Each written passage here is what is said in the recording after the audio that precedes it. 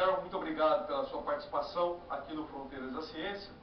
Você também bate cartão anualmente aqui, sempre trazendo informações importantes. A gente antecipou esse programa até por conta desse acidente. E você teve a preocupação, que faz parte uma das suas especializações, que é sobre os sonhos pré-cognitivos. Eu gostaria até que, antes da gente citar os fatos, que você deve ter muitos fatos de pessoas aqui de Santos, da Baixada, em geral, que tiveram de alguma maneira esse conhecimento prévio recebido por energia, ou sei lá pelo quê. Eu sei que você tem muitos fatos para contar interessante, eu tenho um também que você já sabe, que eu te contei em off, te liguei um pouco antes também. Mas antes, só para a gente diferenciar precognição, premonição, clarividência e profecia. A premonição, ao contrário do que muitas pessoas pensam, costuma acontecer enquanto o indivíduo está desperto. Então, a premonição não é necessariamente algo que ocorre com a pessoa enquanto está dormindo. A premonição é, ao contrário de você captar uma coisa por imagem, é muito mais você capturar por sensações ou simplesmente de você saber que algo está acontecendo. Mas isso pode acontecer, a premonição, você diz que a pessoa pode estar acordada ou deve estar acordada quando ela percebe. Não necessariamente, mas é o mais comum. Mas é o mais comum, ok. Mas isso pode acontecer, a pessoa pode perceber antes ou acontece durante um fato? Não, de modo geral, aí que está um negócio interessante da premonição. Ocorre que a pessoa desperta e pode acontecer dias ou horas antes de o evento acontecer. E normalmente as premonições estão relacionadas a grandes desastres. E pode ser na hora também, pode ser na hora. Aí que está, então vamos colocar já a diferenciação. O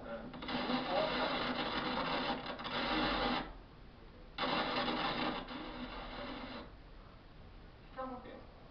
Se você está coletando aquela informação no mesmo momento do acontecimento, então daí já não é uma premonição. Não é uma coisa que você está vendo antes de acontecer. O que está acontecendo? O nome já diz, né? Neste caso é clarividência. A clarividência, ao contrário do que a maioria das pessoas usa, você determina o fato que naquele momento está acontecendo. Portanto, pode ser que você esteja coletando a informação por telepatia, vinda de uma outra pessoa que você conhece. A pessoa não precisa ver, ela pode ter um mal súbito, por exemplo. Também. Isso da clarividência. Porque a minha ideia da clarividência era a pessoa ver o fato. Não vê o fato. Ela tem não quer dizer que vê o fato. Por exemplo, também a clarividência pode acontecer em sonho. Aí a pessoa está dormindo. Mas o que acontece? Você conhece a informação no mesmo instante que está acontecendo. Aconteceu comigo uma vez também num desastre aéreo. Eu sonhava com uma queda de avião, o avião levantava um pouquinho do chão e fincava, caía, explodia e de fato todos morriam. Isso foi começo da década de 90. E naquela mesma manhã, olhando os jornais, eu vi na CNN que um jato tinha caído na Bolívia e batia precisamente com o que eu tinha sonhado e tinha caído exatamente na mesma hora que eu tinha sonhado. Isso é clarividência, não é uma premonição e nem precognição, que já cai em outra categoria. Então a premonição é uma sensação que você tem, ou simplesmente você sabe de um fato antes de ele acontecer. Não precisa ser muito tempo antes, pode ser minutos, instantes antes, mas é antes. A clarividência você enxerga enquanto a coisa está em andamento. E penso eu que em grande parte isso vem de telepatia. Você capta o sinal enquanto outras pessoas estão emitindo aqueles sinais. E telepatia já não é mais alguma coisa que se discute se existe ou não. Os grandes laboratórios das universidades de todo o mundo já conduziram experimentos com relação à telepatia e já é fato consolidado.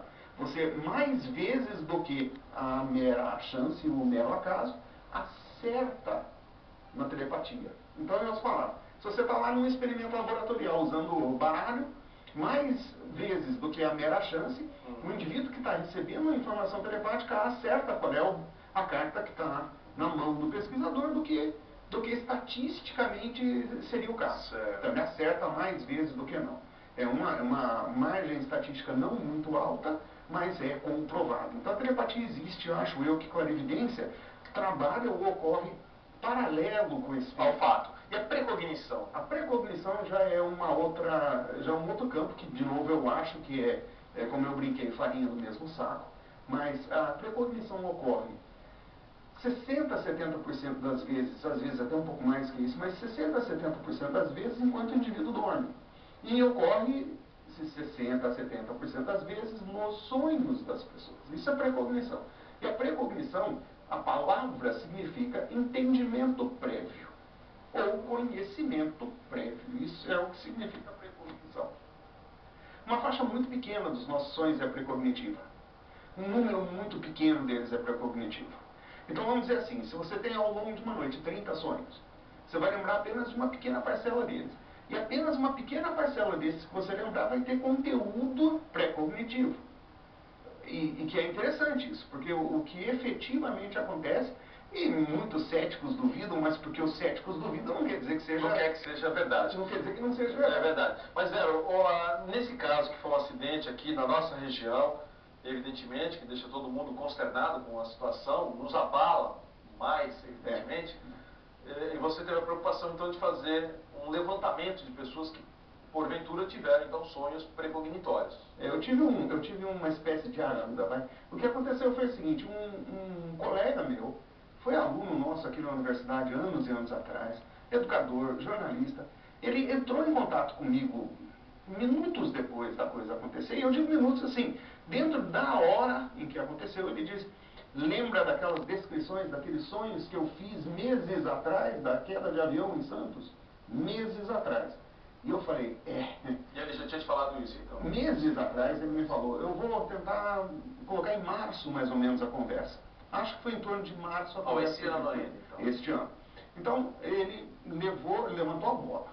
E o que foi incrível foi que dentro de 10 minutos, uma apresentadora de TV local, muito conhecida, mas para preservar a confidencialidade e a individualidade e a privacidade, eu não vou mencionar nomes.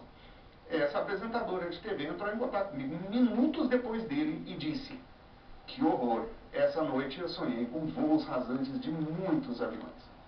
Isso me deu um estalo na cabeça. Eu falei, olha, se essas duas pessoas, num espaço de tempo tão curto, relataram as suas experiências, eu aposto R$10 que eu consigo arrebanhar outros casos pelo Facebook. Eu fui lá e coloquei um anúncio no Facebook, na minha linha do tempo, e disse, dos amigos aí, quem é que pode relatar um caso de precognição ou de premonição? Aí choveu. 30 relatos em 2 dias. 30 relatos. Foi na terça o acidente, né? E relatos impressionantes. Relatos que remontam a 8, 9 anos atrás, 10 anos atrás, a relatos do momento do acidente, enquanto o acidente aconteceu. Não pode também, dentre esses 30 relatos, alguns pessoas que gostam de fantasiar? Muitos, não tem dúvida. Destes 30, eu não tenho grandes receios de falar, olha, é provável que todos eles relataram uma experiência real, até porque ninguém vai aparecer com isso. Todas as mensagens foram enviadas em box para mim. Ninguém colocou na minha linha do tempo, ninguém vai achar lá uma descrição disso na linha do tempo. Então, a pessoa tem aquela preocupação. A pessoa, inclusive, são pessoas que são conhecidas por mim há bastante tempo. Que não mentiriam. Não teria motivo para isso. Tanto é que eu tenho lá 4.000 contatos e recebi 30. Agora também, evidente que dos 4.000 contatos você não vai ter todo mundo acessando naquela semana. Mas, de toda forma, são 30 relatos que são ou muito parecidos com o que aconteceu, ou são relatos de sensações e preocupações que envolvem o fato. Eu vou, no próximo bloco, daqui a pouquinho, no próximo bloco, eu vou fazer um relato, que o Dário já sabe também, um pouco antes de vir fazer o programa, um membro, vou dizer assim, um membro do PSB, o PSB é o partido do Eduardo Campos, ele me ligou e quis me contar um fato incrível, e pelo que você acabou de explicar, eu entendo que seja uma clarividência dentro da explicação que você me deu. O que aconteceu com ele, né? Na categoria que você explicou, seria uma clarividência. Me contou muitos outros fatos, do qual eu até não posso estar contando aqui, mas parte do que eu vou contar, ele me liberou, por isso que eu também não uso o nome dele, porque ele não quer se promover, evidentemente. É uma pessoa muito séria, uma pessoa que eu respeito, que eu conheço, mas foi uma clarividência que ele teve, e ele fazia parte da recepção ao Eduardo Campos ali na base aérea do Guarujá, né? Ele estava lá esperando o Eduardo Campos, e tem umas coisas para contar que eu vou contar aqui em público dessa pessoa, né? Eu vou contar no próximo bloco. Mas eu queria que você, dos casos que você recebeu, pelo menos desses 30 em 2 dias, 30 casos, qual que mais te chama a atenção? Você acha que foi mais impressionante? Inclusive, eu escrevi um texto que publiquei no meu blog hoje a respeito disso. O volume de acesso foi tão grande que eu resolvi, inclusive, manter no ar a página do GEIC, ela está por mais 2 dias, porque o volume de acesso foi incrível, realmente. E o que eu Nós vamos deixar no ar, tá, inclusive, para as pessoas localizarem na internet, tá bom? Né? Tá. O que eu fiz lá foi para cada tipo. Então, precognição, premonição, clarividência e tal, eu coloquei uma dessas experiências que eu recebi. Então, eu poderia provavelmente relatar 2 ou 3 experiências, ou 2 ou 3 relatos, para cada categoria. Um que me deu um mal-estar, porque eu acompanhei o mal-estar da pessoa. Não o mal-estar de dizer, putz, essa pessoa... Foi assim, a moça afirma que ela nunca sai de casa com o telefone celular porque ela tem uma determinada atividade e não leva o celular para aquilo.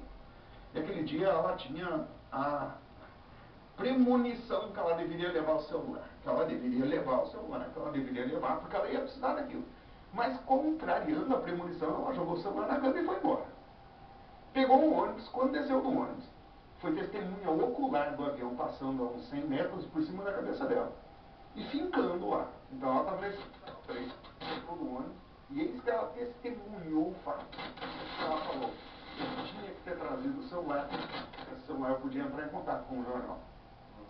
Então, essa foi muito interessante, gera mal-estar, porque na iminência aconteceu uma coisa muito grave. Sabe que essa coisa aconteceu. Mas pensando dessa maneira, estava escrito. Agora a gente entra numa outra discussão boa da física quântica. Estava escrito, é pré-determinado, ou você fabrica o evento que vai acontecer por pensar nele, ou a moça está lavando a louça na cozinha da casa dela e diz, o que será que aconteceria se caísse um avião agora aqui na cozinha? Ela falou, só pensa bobagem mesmo. E no outro dia caiu de fato, tudo bem? Então, a física quântica propõe o seguinte, nas condições atuais, sob as circunstâncias presentes, este evento pode acontecer e será formado nas circunstâncias atuais. Porém, se essas circunstâncias atuais forem alteradas, esse evento não acontece.